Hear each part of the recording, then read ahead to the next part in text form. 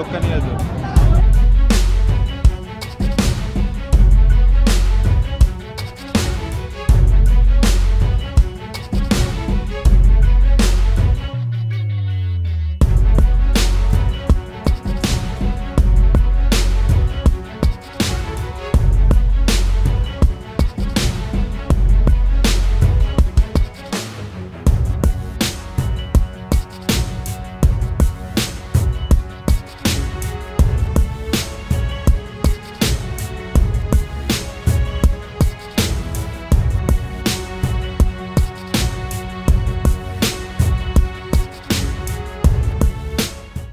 రాజన్న దగ్గరకు వచ్చే భక్తులు సేవ చేసే అవకాశం కల్పించినందుకు స్వామివారికి దర్శించుకొని వారిని వేడుకోవడం కూడా జరిగింది. అందరూ బాగుండాలని చెప్పని ఆ వెంటనే ప్రభుత్వం విప్పుగా కూడా నియామకం అయిన సందర్భంలో ఈరోజు ఆ పరమేశ్వరుణ్ణి పేదల దేవుడిగా కోరిన కోరికను తీరిస్తే వెంటనే కోడమకి చెల్లిస్తున్న నానుడి ఈ దేవాలయానికి పేద ప్రజల కొంగు బంగారమైనటువంటి రాజన్నను శాసనసభ అయినప్పుడు దండం పెట్టుకున్నప్పుడు ఈ ప్రాంత ప్రజలకు శుభం జరగాలని అందరికీ మంచి జరగాలని చెప్పని వేడుకోవడం మరి 15 రోజుల లోపలే నాకు ప్రభుత్వం విప్పుగా అవకాశం రావడం ఆ దేవుడి దయనే రాజన్న దయని చెప్పినటువంటి భావనతో రాజన్నకి ఈరోజు మళ్ళీ మొక్కులు చెల్లించుకునే క్రమంలో వారికి ఈరోజు దర్శించుకొని మా యొక్క మొక్కును చెల్లించుకోవడం జరిగింది. ప్రధానంగా ఈ ప్రభుత్వం పేద ప్రజల అభ్యున్నతి కోసం పాటుపడుతుందని చెప్పినటువంటి మాటను మేము మొదటి నుంచి కూడా చెప్తా ఉన్నాం.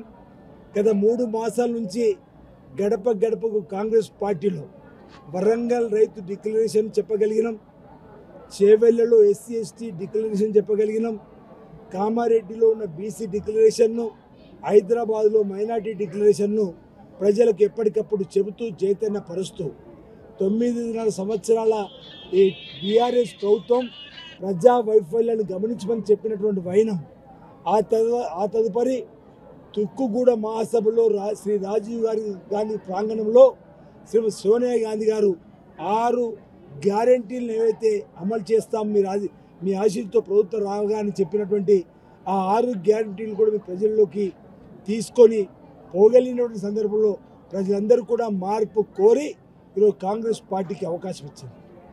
ఈ కాంగ్రెస్ పార్టీ ప్రభుత్వం ఏర్పడగానే మొదటి వారం రోజుల్లోపనే మహిళలకు తెలంగాణ రాష్ట్రంలో ఆర్టీసీ బస్సులో ఉచిత ప్రయాణాన్ని గావింపజేసింది.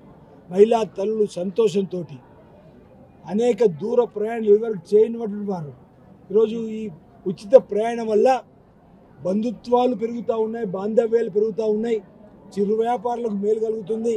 మహిళా తల్లులు దగ్గర దేవాలయంలోకి వెళ్ళి కూడా దేవాలయాల్లోకి వెళ్ళి ఆ స్వామివారి ఆశీర్వాదం తీసుకున్న క్రమంలో 10 లక్షల వరకు ఎవరికైతే పేదలకు జబ్బు వస్తే అప్పులు చేసి ఆ జబ్బు నయం చేసుకునే పరిస్థితి రాకూడదని, లేదా డబ్బు లేకపోతే ఇక మరణమే శరణం అనేటువంటి పరిస్థితి రాకూడదని రాజీవ్ ఆరోగ్యశ్రీలో 10 లక్షల రూపాయల వరకు పెంచేటువంటి కార్యక్రమాన్ని కూడా అమలు చేయడం జరిగింది. రాబో రోజుల్లో మేము 100 రోజుల్లో 6 గ్యారెంటీలు అమలు చేస్తూ ఉన్నాం. కర్ణాటకలో 5 గ్యారెంటీలు అమలు చేస్తామని మాట ఇచ్చినాం, అమలు చేసి తీరినాం.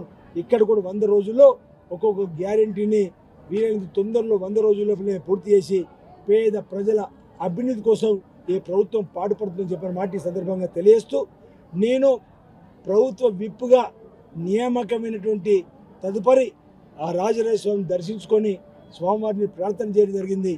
ఈ ప్రాంతంలో ఉన్నటువంటి ప్రజానికానికి అంతా మంచి జరగాలని చెప్పని సకాలంలో చక్కటి వర్షాలు బ్రహ్మాండంగా పడి రైతు వర్గంతో పాటు అన్ని వర్గాల ప్రజలు సుఖస్థితితో ఆయుర్వేదంతో ఉండాలని చెప్పని ఆ స్వామిని కోరుకుంటూ రాబో రోజుల్లో మేము చేసేటువంటి ప్రతి పనికి స్వామివారి ఆశీస్సులు ఉండాలని అన్ని వర్గాల అభివృద్ధి కోసం పాటుపడే క్రమంలో స్వామివారి ఆశీస్సులు ఉండుగా ఉండాలని చెప్పిన సందర్భంగా స్వామిని ప్రార్థిస్తూ మరి ముందుకు సాగుతున్న మాట సందర్భంగా తెలియజేస్తా ఉన్నాం.